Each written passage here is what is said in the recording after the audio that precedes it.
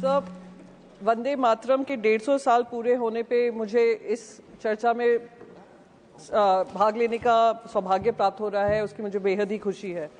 पर उससे ज़्यादा खुशी मुझे इस बात की है कि जब हम इस चर्चा को सुन रहे थे, जो सही 150 साल का वंदे मातरम का इतिहास है देश की जनता के सामने पहुंचा है, जब विपक्ष ने पूरे इतिहास की सही क्रोनोलॉजी जनता के सामने रखी है। मैं देशवासियों से अपील करूंगी कि इस चर्चा को ध्यान से सुने और जो व्हाट्सएप हिस्ट्री 2014 से चालू हुई है, जो मैं कहती हूँ जो उससे प्रभावित हैं, जो उससे पीड़ित हैं, वो जरूर इस चर्चा को सुने, क्योंकि सही इतिहास जनता के सामने जाना बहुत जरूरी था और ये इस चर्चा के माध्यम से हुआ। मैं तो अब आपके माध्यम से सर ये भी रिक्वेस्ट करूंगी कि क्विट इंडिया मूवमेंट पे चर्चा हो, स्वतंत्रता संग्राम पे चर्चा हो, और वो सारी चर्चा जो 2014 से धूमिल करने की कोशिश की गई थी वो सारी चर्चा का विषय बने। जैसे ये जो इतिहासकार हैं व्हाट्सएप हिस्ट्री के माध्यम से व्हाट्सएप हिस्ट्री फैलाते हैं, उनका करियर का दी एंड हो सर। और मैं हैरान थी जब कहा कि भारतीय जनता पार्टी वंदे मातरम की चर्चा करना चाह रही है। ये वही भारतीय जनता पार्टी, वही सरकार है जिन्होंने ये सेशन शुरू होने से पहले वो नोटिफिकेशन जारी किया था कि यहाँ के कोई भी सांसद वंदे मातरम और जय हिंद वाला नारा नहीं लगा सकते हैं। इससे बड़ा राष्ट्रद्रोह मैं मानती हूँ कुछ और हो ही नहीं सकता।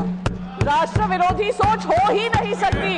इसलिए हमने, मेरी पार्टी ने, मेरे पार्टी के लीडर ने, मेरे पार्टी के लीडरशिप ने चेयरमैन को लिखा था कि ये नोटिफिकेशन इमीडिएटली विड्रॉ हो। वो और नया नोटिफिकेशन नहीं था, पुराने नोटिफिकेशन जो भी नोटिफिकेशन था फिर से जारी किया गया है सर प्लीज। हाँ सर, वंदे मातरम, हम तो वंदे मातरम की चर्चा करने आए। मैं सवेरे से बहुत सारे भाषण सुन रही थी उस तरफ से जो वंदे मातरम की जगह वंदे भारत की चर्चा करने को तैयार थे।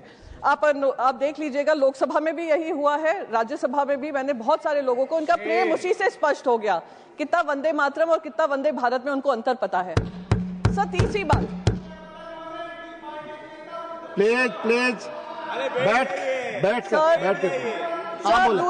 सर तीसरी चीज, आप बैठ जाए। गृह मंत्री ने ये कहा कि ये सेलिब्रेशन है। बिल्कुल सेलिब्रेशन है, पर ये भारतीय जनता पार्टी का सेलिब्रेशन नहीं था, क्योंकि उन्हीं के भाषण में उन्होंने ध्रुवीकरण की बात रखी, अपना पॉलिटिकल एजेंडा चलाने की बात रखी, और वही पंडित जवाहरलाल नेहरू जी को लेकर उन्होंने क्या क्या बातें नहीं रखी। कहा विभाजन तब से शुरू हुआ जब से